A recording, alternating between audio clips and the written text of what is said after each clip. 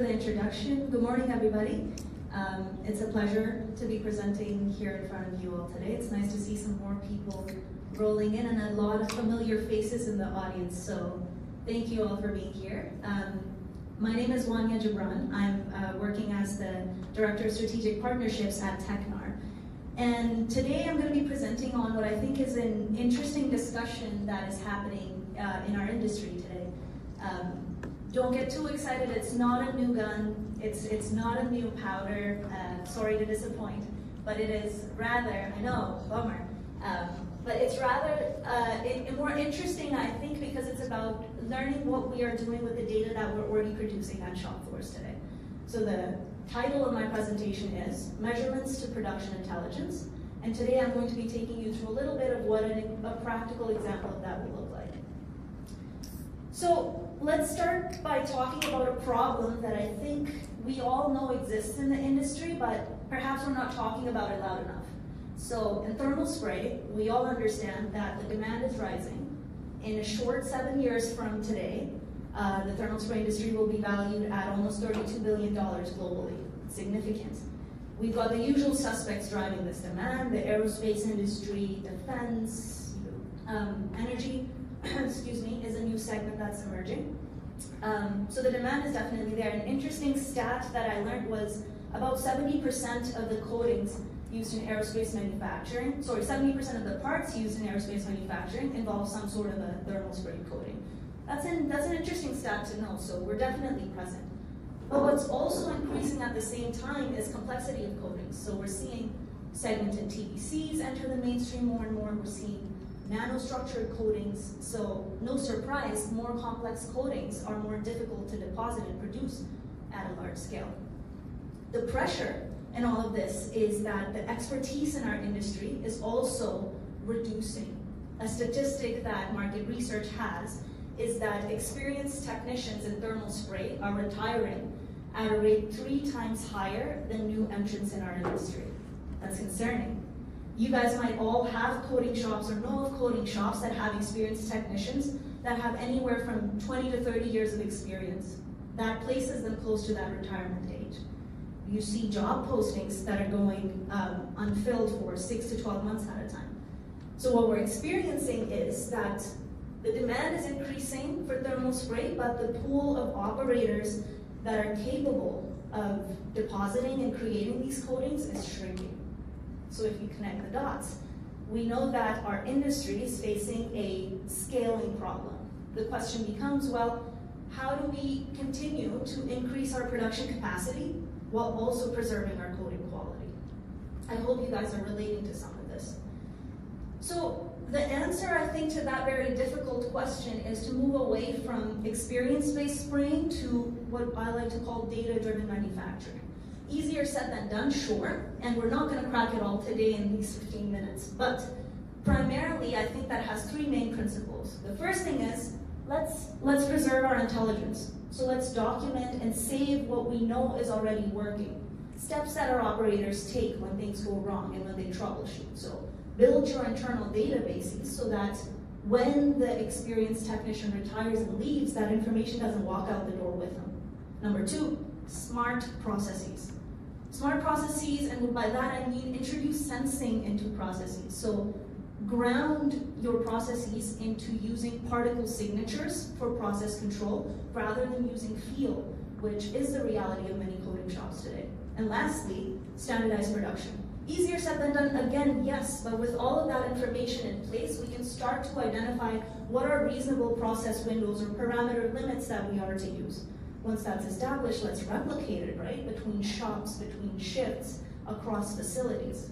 Let's also learn to train our operators to be able to replicate particle conditions rather than using feel or just rely solely on operating parameters in order to achieve the reproducibility that we so dearly need. So what are we doing about it as Tecnar? I think to achieve data-driven control it's almost impossible without having sensing or process diagnostics in the mix. Tecnar has been providing process diagnostics for many, many years. You guys probably all remember the first DPVs that were introduced in 1993, the big machine that often was seen in research labs. Point is, historically, process diagnostics were considered like a nice-to-have research tool, but it's almost 30 years later, and the product that we have has evolved over the years as well. And the point was to introduce process diagnostics into production. So we evolved from the DPV all the way to this device that you see on the screen, which is called the AccuraSpray 4.0.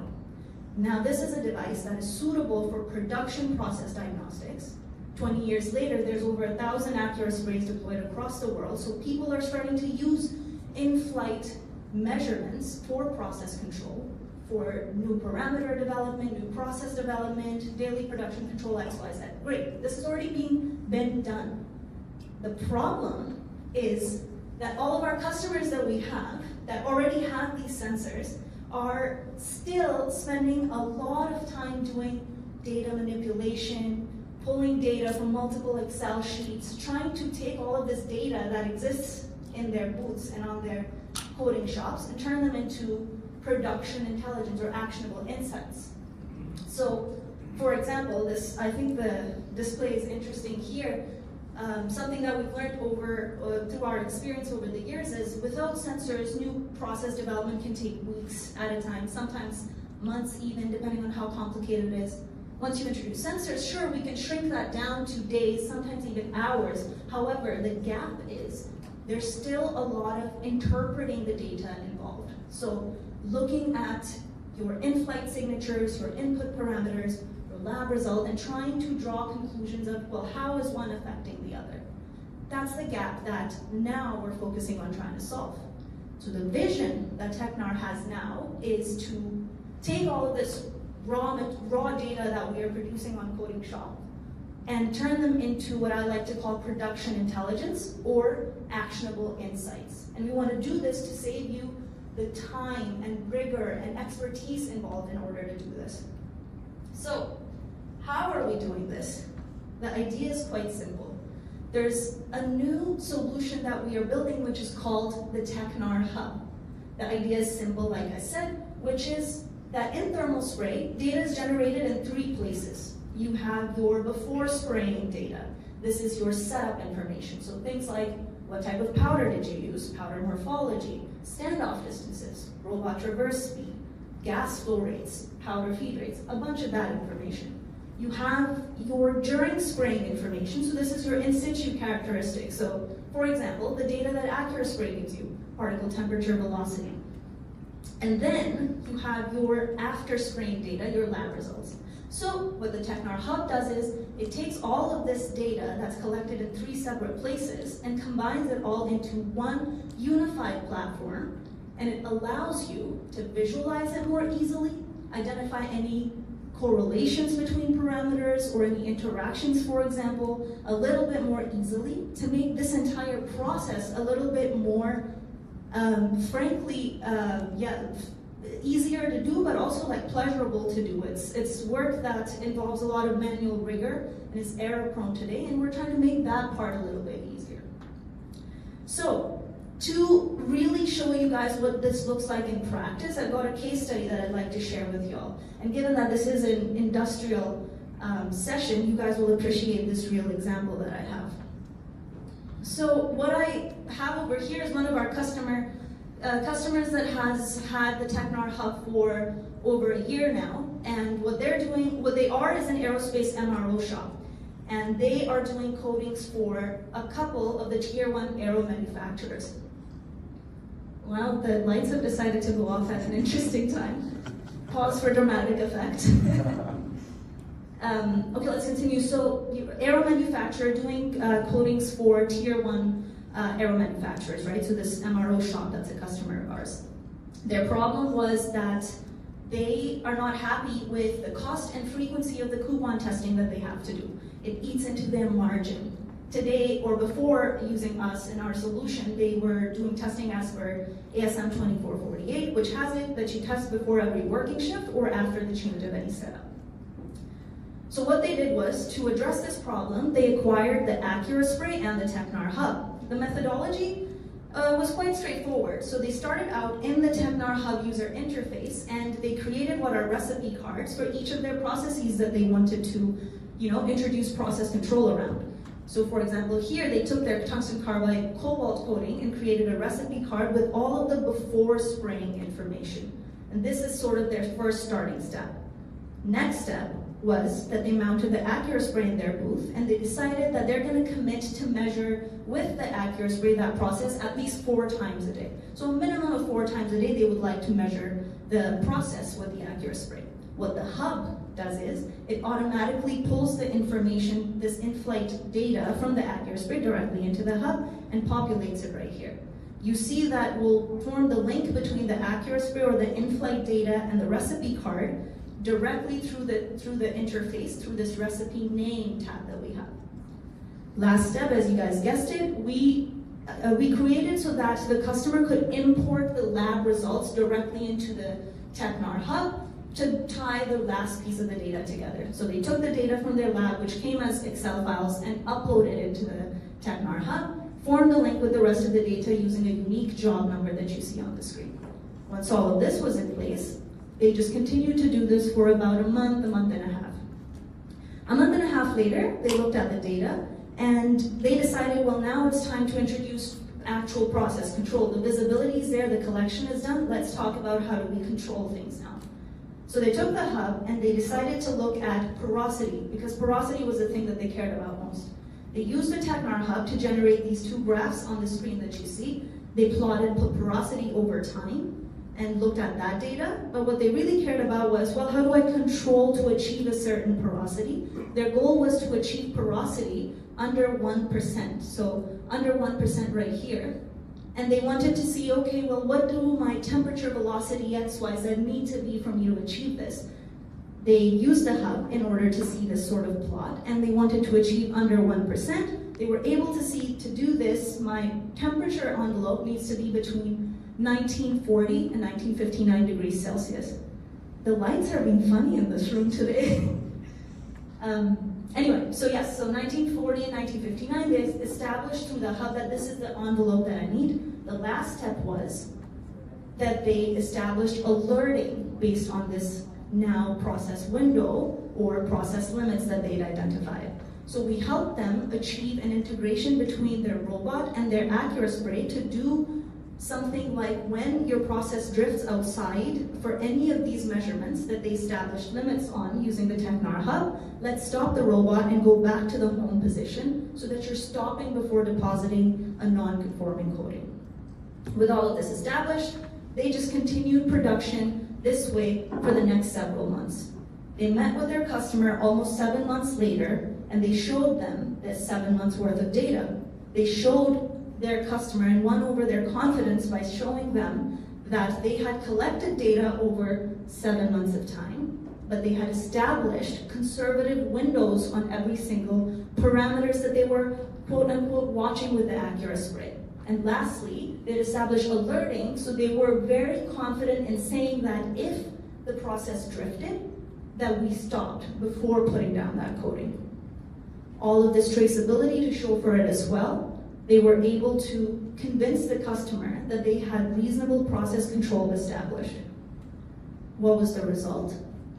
Well, there were 2 customers that they were serving. Customer A decided that due to the confidence that they had in their process control, they agreed to reduce testing from once every working shift or once before any setup change to once every 24 hours. Customer B went even further and said, you can reduce testing to once a week. That's huge. And let me tell you how important and how impactful that was.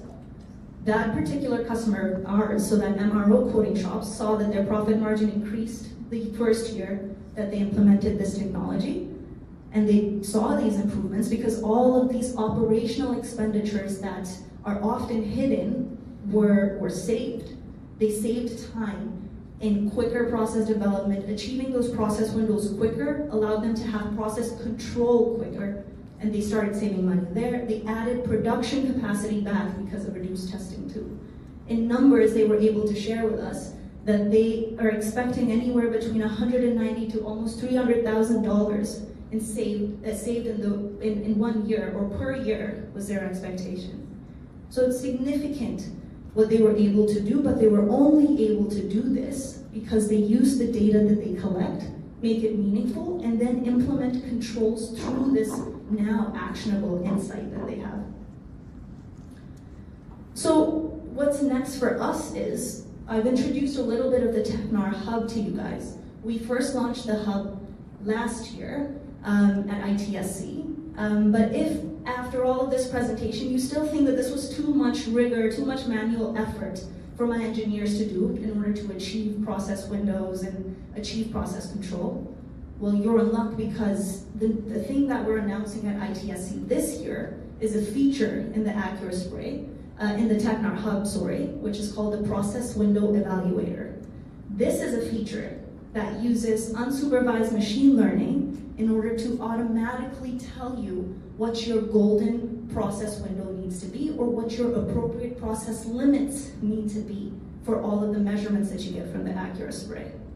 That will truly save time and effort and manual rigor involved today. That's all I'm going to say on that topic for now, because tomorrow morning we have another presentation that's going to talk about just this PWE feature in great depth. So I encourage you all to attend and ask a ton of questions to us then as well. Other than that, the roadmap stays the same. We are going to continue to integrate sensors into thermal spray platforms in order to introduce the sensing. And then the story is the same for us. We're going to continue to make these tools easier to use. Why? Because we want your new operators, your new engineers that are perhaps not as familiar with thermal spray to be able to ramp up and come up to speed and really start to realize savings quicker. So, in summation, because I'm coming up on time here, the thermal spray industry is experiencing significant increase in demand. We all know this. We're seeing that the operators that are capable of doing this sort of work diminish slowly. Sensing or in-flight sensors will give us visibility into the process, but realistically what we need is data-driven tools that make all of this, what is otherwise raw measurements to me, actionable and useful, and then govern process control. Make these tools realize savings for you, and not just be tools that sit in your spray booth. Tools like the Tecnar Hub that I introduced today, 15 minutes is not a lot of time to get in a great deal of detail, but they are tools that will allow you to start to realize some of this benefit a lot faster. And with that, I'd like to thank you all for listening and being very patient with me. Thank you very much.